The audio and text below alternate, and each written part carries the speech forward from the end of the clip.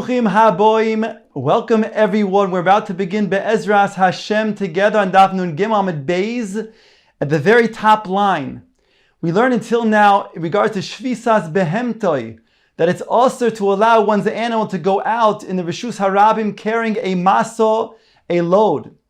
Either it can go out carrying something either because it's for its own control, to control the animal, or for its own benefit, for the health or the protection of the animal. The Gemara had quoted a list of things that an animal cannot go out to the Rishus Harabim with. Amongst those, says the Gemara, is loy bekemiya afal pi shehu mumche. An animal cannot go out with a kamiya. A kamiya has various shemos in order to then ward off the ayin hara. And an animal cannot go out with that kamiya, afal pi shehu mumche, even though the kamiya is something that it has experience and is well used, that has been effective. V'ho anan tnan, asked the Gemara, v'loi bekamiya she'enoi mumche. However, the Mishnah says that an animal cannot go out with a kamiya that's not mumche, that's not something that has a good track record and is effective. Diuk, ha-mumche shapir dami. Behold, if it was a kamiya mumcha, then you could allow the animal to go out with. Answers the Gemara, hachanami she'eno mumcha. We're talking about a behema who goes out with a kamiya that's not mumcha. Ask the Gemara, v'ho afal pi shehu mumcha kitani. But it says even though it's a kamiya that's mumcha. Says the Gemara, no. Mumcha la'adam ve'eno mumcha la'behema. It's true, it's mumcha, but it's mumcha for a person, but not for an animal. Ask the Gemara, umi ika mumcha la'adam v'lo have mumcha la'behema. It will be considered to be effective for a person, but not effective for an animal. Says the Gemara, yes, that's right. Adam di isle mazola mesayale. Behema de lesle mazola lo mesayale. When it comes to a kamiya for a person, that kamiya is going to then help a person because that person will have siyata dishmaya as a result of the kamiya. But an animal doesn't have the help and therefore will not be effective for an animal.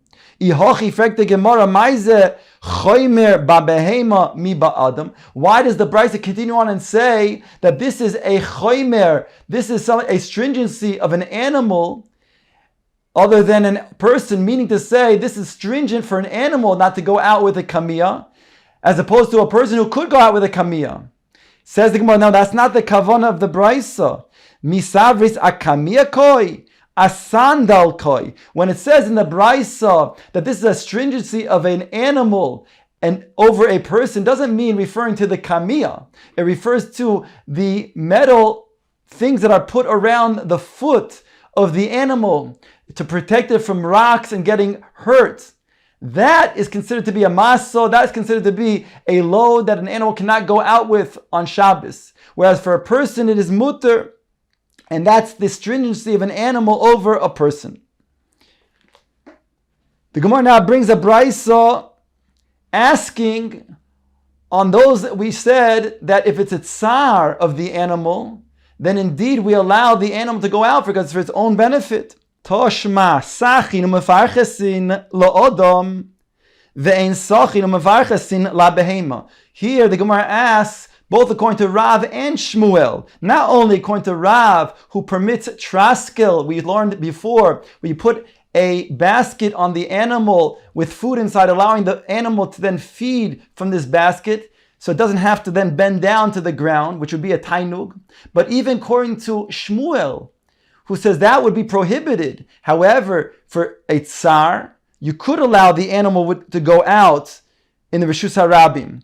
So over here, the Gemara is asking, when we see there's a tsar, we see there's something prohibited. When it comes to a person, you can go ahead and anoint the person with oil, and you can scrape off the scab. Where it comes to an animal, you cannot do that. Ask the Gemara, my lav diika mako mishum tsar. Is it not because it's a makkah and there is tsar, there is pain for the animal, and still we see that it's prohibited? So it's a kashi even on Rav. Answers the Gemara, loy, the Gomar, it's a kasha both on Rav and Shmuel. even on Shmuel, who says that even a tsar would be permissible, and here it says it's prohibited. Says the Gemara, Loi, the Gomar Maka umishum tainug.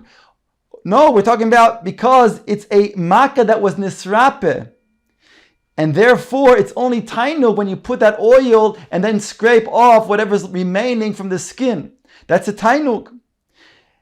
Now, Rav, we said, holds by tainug, there's no problem whatsoever. And therefore, Rav, the Gemara says in many different places, is a tana upolig. So therefore, this would not be anyways a kasha on Rav. Now the Gemara asks, Bein Rav, Bein Shmuel, in regards to tsar, toshma, behema she'och zadam, an animal who has a blood condition. Ein ma'amidin oisa b'mayim b'shvil shetitztanin. You cannot put the animal in cold water so that it should cool off. However, whereas a person, however, who does have the same type of blood condition can be put into water to cool off. So you see over here when it comes to tsar, we see that's prohibited when it comes to an animal. Answers the Gemara, Amar Ulo Gezeira Mishum Shchikas Samonim. Here we have a Gezeira, which means over here, because the Chacham were concerned if we allow a refuah to be done, then a person perhaps will come to then grind herbs and other things to give a refuah. So they prohibited all types of refuah, all types of remedies, things that might then try to heal a person on Shabbos. So therefore, this is the reason, says Ula, why it's prohibited to put an animal into cold water, because it'll be like a refuah, and therefore they made a gzeira of shchikas samamonim.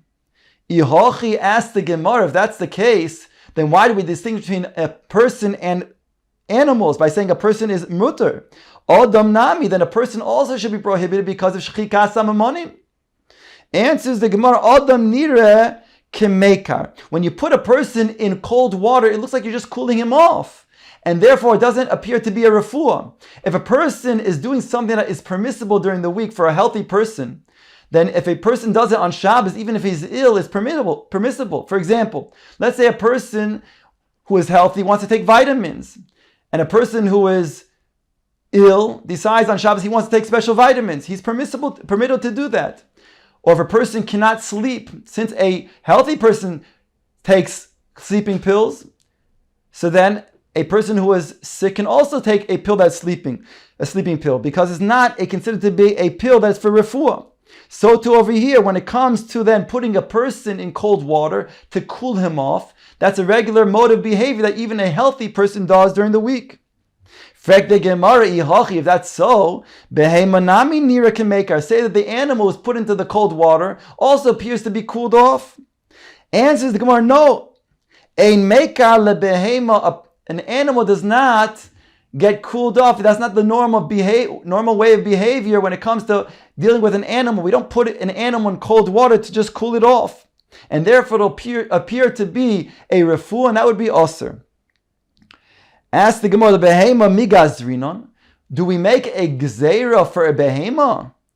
V'hatanya, behold, it says in the Brayso, Haisa imedes chutz litchum. The animal is standing outside of the tchum on Shabbos. Koire lo, the owner could call it vihi ba, and the animal can come. And we're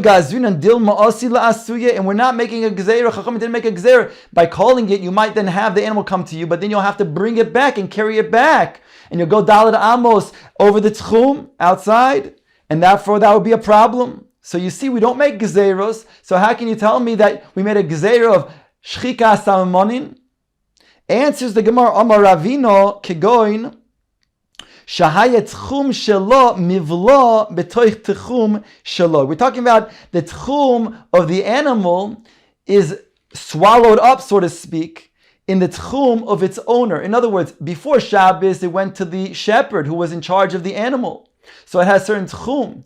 But the tchum of the owner is a different tchum, and therefore it was considered muvla b'toich tchum shaloi, and it wasn't considered to be a problem of being in its tchum. It wasn't outside of the tchum. Rav Nachum bar Yitzchak Omar, he has another explanation. Shchika samonim gufa tanoim. He says it's a machlokes tanoim whether we say that shchika samonim is a gzeira or not. D'Tanya, for it says in the following brayso, behema she'ochla kashinon, an animal that eats excessive amounts of kashina, which causes it to have stomach problems. We don't allow it to run around in the chutzner so that it will then get healed. It'll be able to move its bowels. That we don't allow it to do, says the Tana Kama.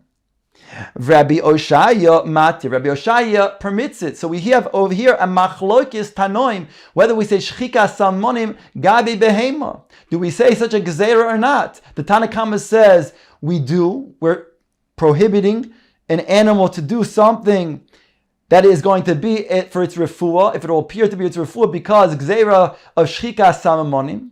Whereas Rabbi Oshaya doesn't hold of gzeiras of shchikas samamonim.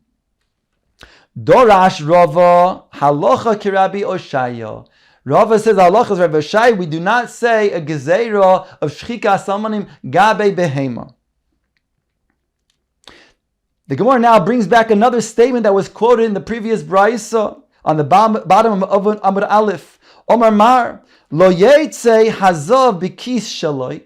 A zav cannot go out with its pack, which we said is covering its genitals, in order to then determine how many sites of drops of the ziva there are, because a zav has different degrees of tuma depending on if he sees once, if he sees twice, or 3 times. V'lo izim bekis shebedadehen. And we don't allow goats to go out in the Rishus HaRabim if they have a pouch that are covering its udders. Now in both these cases, it's not considered to be a protection for the person or the animal. It's also not considered to be a tachshit, an ornament, and therefore it's prohibited to go out in the Rishus HaRabim with. Behold, it says on a brayso, it says that goats can go out with pouches around its udders. Rav Yehuda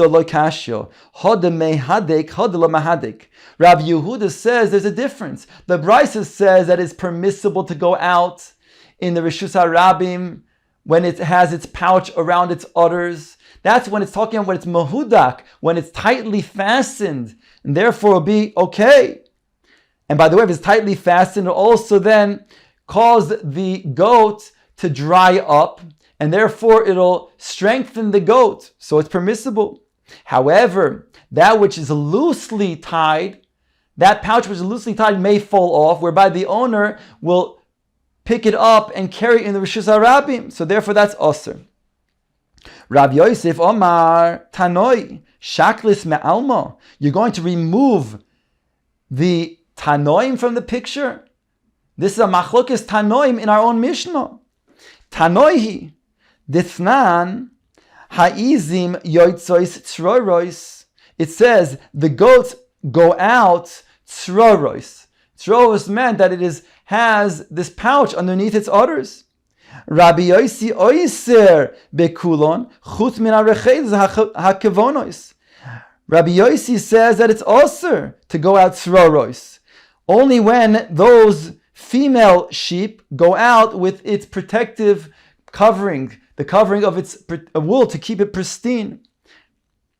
Rabbi Yehuda adds, oimer izim yoytze tzroros libosh avolo lecholiv. He allows it, he says, only to become dried up and not for its milk.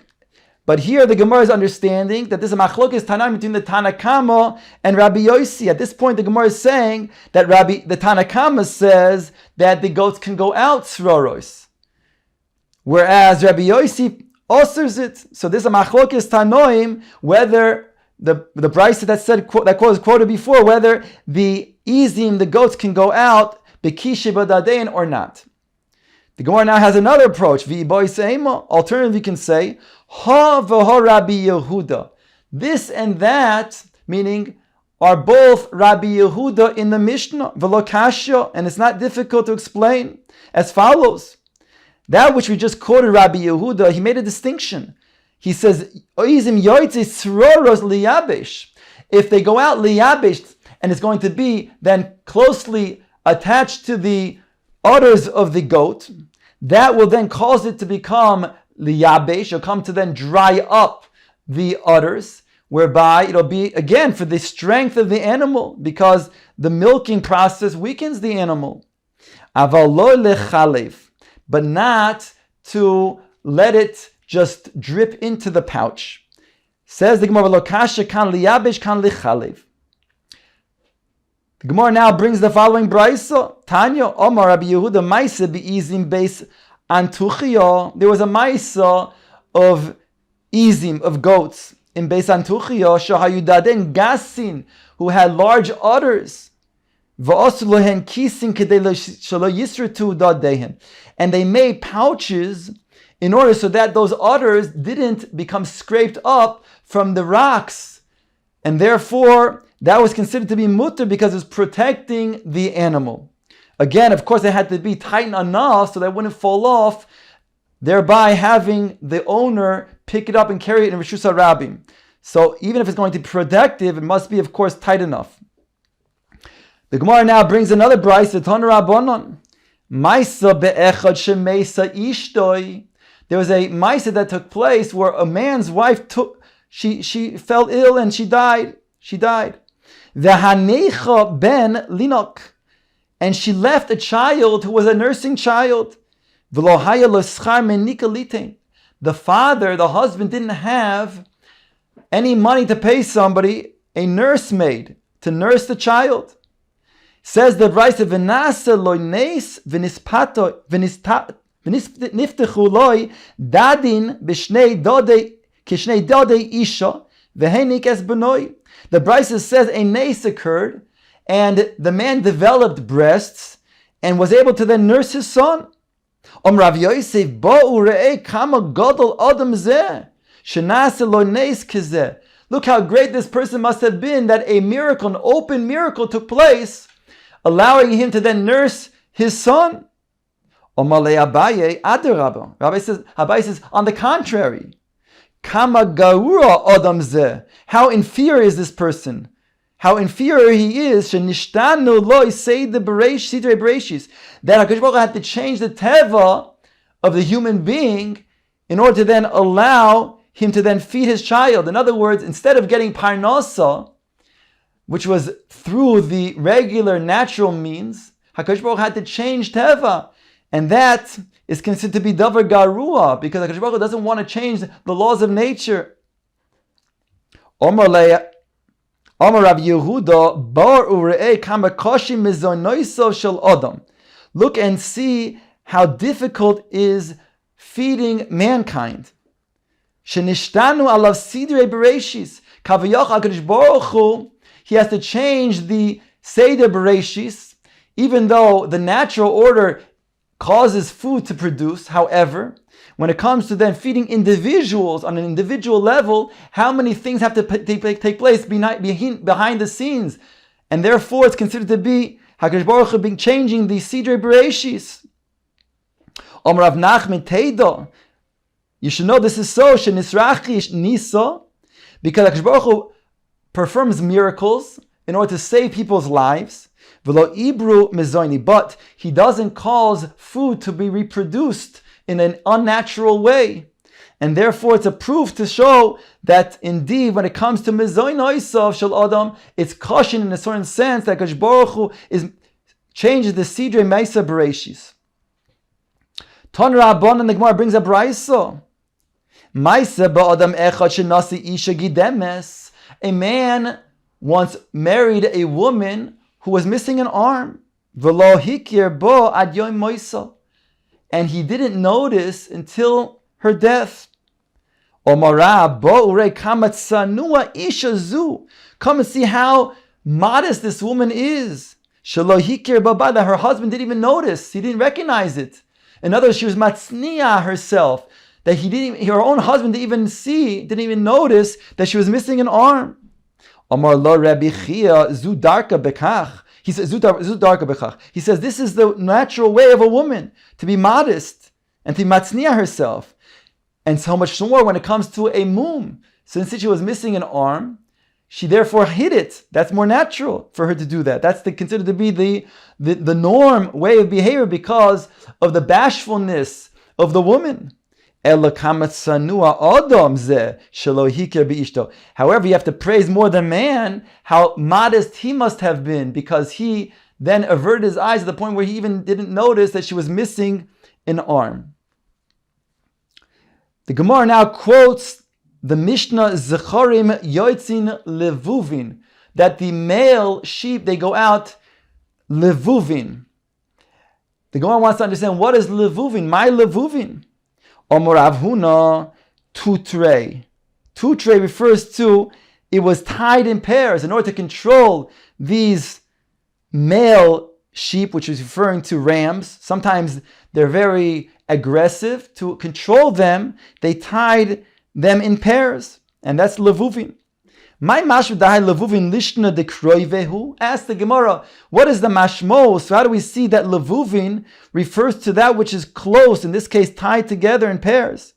Dirshu, it says in the pasuk, lebavestini achoisi kalo. You captured my heart, my sister, my kala. Ulo Omar or shekoishrin lahem. Another answer to explain levuvin. Ula says or shekoishrin lahem kinega libon. It was the ore, the hide, the leather that was tied opposite the heart of these rams. Kedei shelo yiplu aleim ze'evim, that ze'evim wolves should not attack them. The way that Ze'ev would attack its prey, they would attack its prey by going straight to the heart of the animal.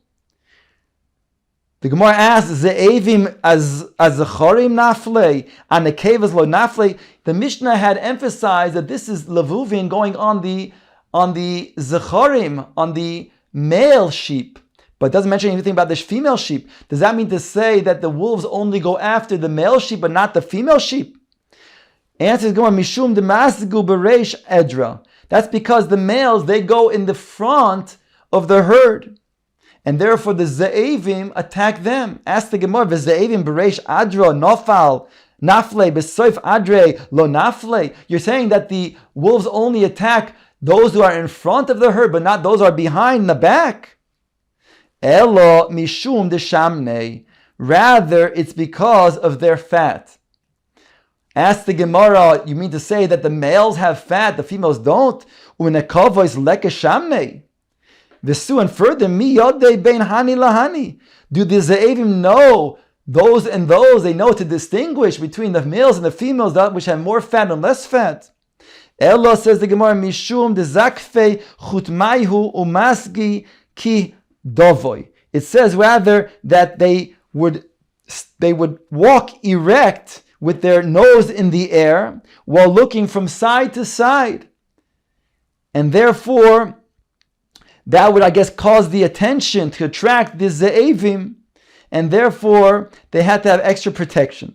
In other words, the ze'evim thought, since they were looking from back and forth, that they were looking to fight, and therefore they, again, attracted the attention of the wolves, and even caused the wolves to attack them. Says the Gemara, Rav Nachman bar Yitzchak Omar, or shekoishrin lahem tachas zachruson. A different answer, Rav Nachman says, bar Yitzchak, a third teirutz. He says, here, this was the ore, this was the leather that was tied underneath the productive organs of the rams, kedei shelo ya'alu al nekeva, so that they shouldn't reproduce and then mate with the females. Mimai, asked the Gemara, from how do we know? Midiktani sefer, from the fact that the sefer of the Mishnah says something similar. The rechelim, the female sheep, they would go out shechuzois. My shechuzos, what is the kavana of shechuzois? She'oichazin ha'aliyah shelahen lamalo.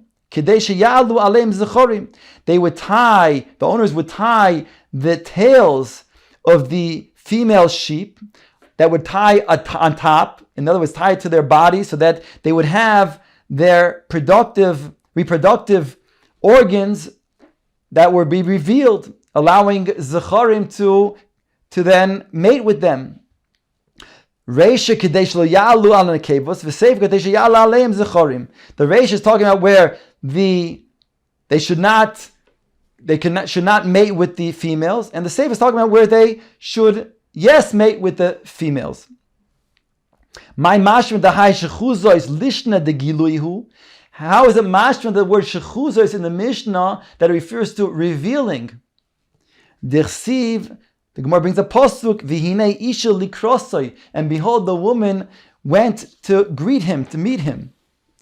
And the Gemara makes a drasha on the word shechuzois, shis zoina v'nitzores leiv.